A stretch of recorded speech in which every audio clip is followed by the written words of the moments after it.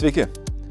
Ši savaitė Europos parlamente buvo dargi, sakyčiau, buvusios savaitės kaip ir tęsinys paskirtųjų Europos komisijos narių, vadinamų komisarų, klausimai tęsiasi. Šį antradienį mes turėjome paskutinę grupę 6 eurokomisarus. Man teko galimybė paklausinėti Kajos Kalas.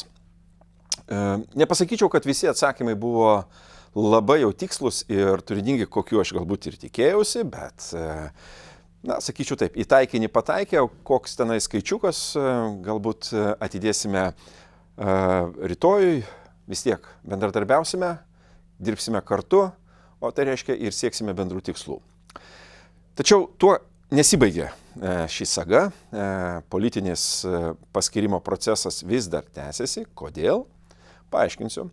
Buvo bandymų 2 Renew Europe atstovų šiek tiek kvestionuoti, tai Stefanas Sejourné ir Lahip, Belgijos nominantė.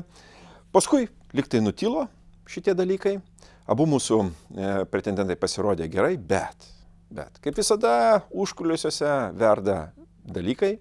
Mūsų grupės sutarimas buvo ir reikalavimas, kad tvirtintumėm visus kartu, kad nebūtų bandymų, tarkime, iš didžiosios mūsų koalicijos partnerės Liaudies partijos bandymų nugvelbti kažką, tai savo paremti mūsų balsais, o mums nesuteikti paramos. Laiko dar turime, kadangi tvirtinimas numatytas galutinis balsavimas štai per savaitę, paskutinę lapkričio savaitę Strasbūre, bet kitą savaitę reikės jau, kad visų politinių grupių nariai sutartų. Yra dar 2 bet. Tai yra Varheli, Vengrijos pasiūlytas komisaras, jo portfelis matyt bus peržiūrėtas, kai ką jis praras, nebus jau taip jam viskas gerai, o kitas kandidatas tai yra Italijos Fito, tai yra dešiniųjų, sakyčiau, radikalių dešiniųjų atstovas, kurio pasisakymai buvo nebūtinai į taikinį ir kuris apskritai kelia mums klausimų.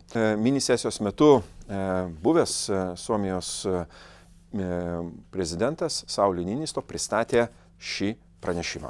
Kaip matote, 160 puslapių. Tai yra apie Europos civilinės ir karinės parengties stiprinimą, ką mes privalome padaryti. Jūs matote, kiek yra pasiūlymų, kiek nepadaryta anksčiau ir ką mes turime padaryti. Išnekėjo labai konkrečiai, kaip ir tipiškas Suomis, bet aš sakyčiau, diskusija netgi po jo pranešimo aiškiai parodė. Mes turime skirtingą supratimą, ką reikėtų padaryti. Kairiesiems tai ir dabar jau viskas yra padaryta. Jie kalba apie pasiruošimą antrajam pasauliniui karui vos ne. Tokių nesąmonių kartą tenka irgi išgirsti, bet buvo tų sveikų politinių jėgų, kurie sakė, kad taip, reikia ruoštis, reikia paruošti visuomenę, reikia paruošti valstybę ir mūsų ginkluotasias pajėgas bei gelbėjimo tarnybas, kad bet kokiu atveju, kad toj pačioj ir Valencijos potvynių metu mes veiktumėm kartu ir žinodami, ką privalome padaryti.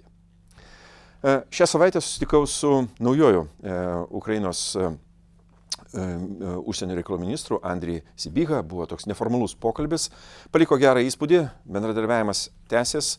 Jo prašymas, sakyčiau, yra vienas. Nepalikite vienų, tęskite paramą, o Ukrainos kariniams pajėgoms tikrai motyvacijos netrūksta. Ukrainos karinės pajėgos motyvuotos suteikti priešui tą sutikimą, kokį jie privalo turėti Ukrainos teritorijoje. Štai labai paprastas dalykas, ko mes privalome nepamiršti. Šį penktadienį biure bus parodos atidarymas. Prašau, apsilankykite. Puikiai paroda, puikus paveikslai, bus apie ką pasikalbėti ir žinoma, tai yra penktadienio vakaras. Atsipalaiduokite kartu su menu. Ačiū už šį kartą. Iki.